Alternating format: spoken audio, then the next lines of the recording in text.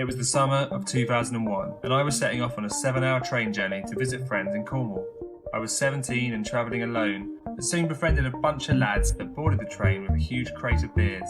Cheerful and underage, we cruised through the countryside, drinking ourselves stupid. The day before this, I had been to see the doctor. I had just gone for a checkup, and he said I had nothing to worry about. After taking a sample of blood for testing, he sent me away with a clean bill of health for my holidays.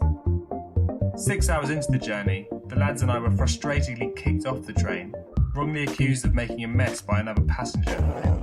We were trying to figure out where we were when my dad called and said, "I'm driving down to Cornwall, your doctor rang, apparently you're a diabetic." And I replied, "No Dad, I'm drunk and stranded somewhere in Bodmin."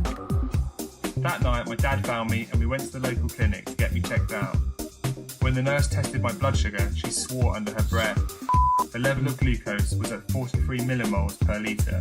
I was on the verge of a diabetic coma, and so it was time to go to A&E. Looking back at the lead up to this discovery, there were actually plenty of telltale signs. I had recently lost quite a bit of weight and had become really lazy, not bothering to do anything but watch TV.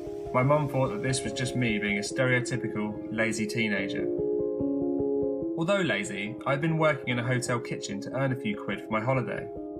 It was hot work and I was drinking lots of water. The chef there nicknamed me Diane, as in diabetic, because of my fluid intake and the fact that I was always going to the loo. We laughed it off at the time, and I never saw him again after my attempted holiday, so I never did get the chance to tell him he was right. These symptoms are known as the 4 T's, the visible signs that you are heading for diabetic town. Keep an eye out for them. Before I was diagnosed, I knew nothing about these signs, and nothing about diabetes whatsoever. And nowadays, when I tell people I'm a diabetic, the majority have no clue what it actually is. I started to understand what it was from the doctors and nurses I met in hospital. They told me that normally, the hormone insulin is produced in the pancreas, and glucose enters the stomach in sugary foods like sweets and cakes, and from carbohydrates like bread and potatoes. The insulin carefully regulates how much glucose is in your blood, and then stimulates cells all over your body to absorb enough glucose to provide them with energy. But apparently, my pancreas had stopped producing insulin. I was a type 1 diabetic, which meant my immune system had decided to turn against the insulin-making cells in my pancreas and destroy them.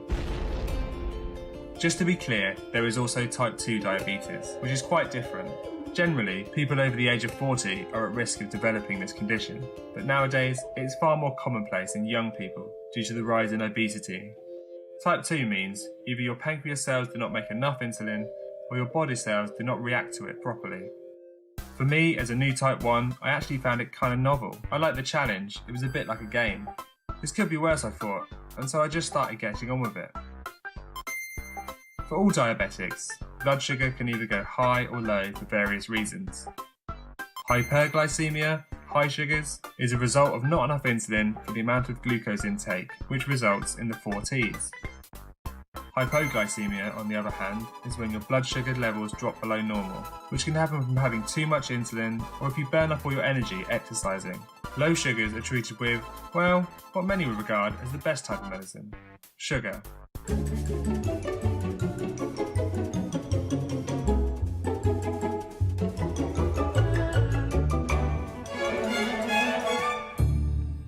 When you have a hypo, things can get pretty weird.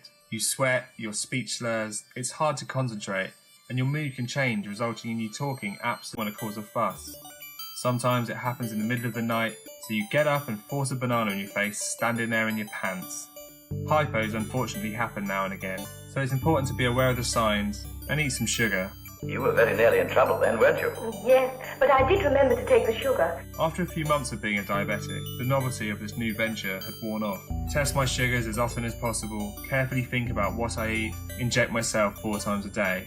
The realisation that I would never get a day off from this started to feel pretty daunting, and I was finding it tricky to get it right all the time, which was frustrating.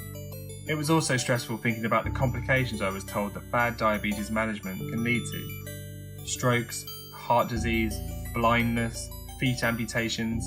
These are scary things, so I thought I'd do a bit of research online.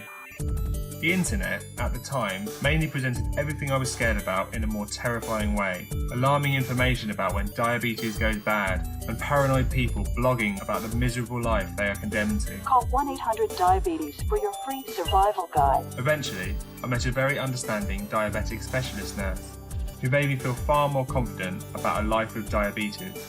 Worrying about what might happen is never going to help, she said. Stress can actually cause your blood sugar to go high. When you get a high reading, don't beat yourself up. Just ask, why is it high, and what can I do next time? She told me about the glycemic index, how to do correctional doses, and explained that my diabetes management is personal to me. After hearing all this, I felt a lot less stressed. My control improved, and if I got it wrong now and again, it was alright. In the long run, I thought, being a diabetic might actually be good for me. Nowadays, I still enjoy a beer, and rarely do I turn down a slice of cake, but I've made a habit of exercising regularly and eating less fatty and sugary foods. Basically, I probably live a healthier life than I would have done. The human body is always doing thousands of amazing things that we all take for granted. One of those things stopped working for me, but fortunately, with modern medicine and a bit of common sense, I can live a normal life. If, like me, you're a diabetic, then I hope it has helped to hear my story. And I also hope that you're not afraid to live your life just like anyone else.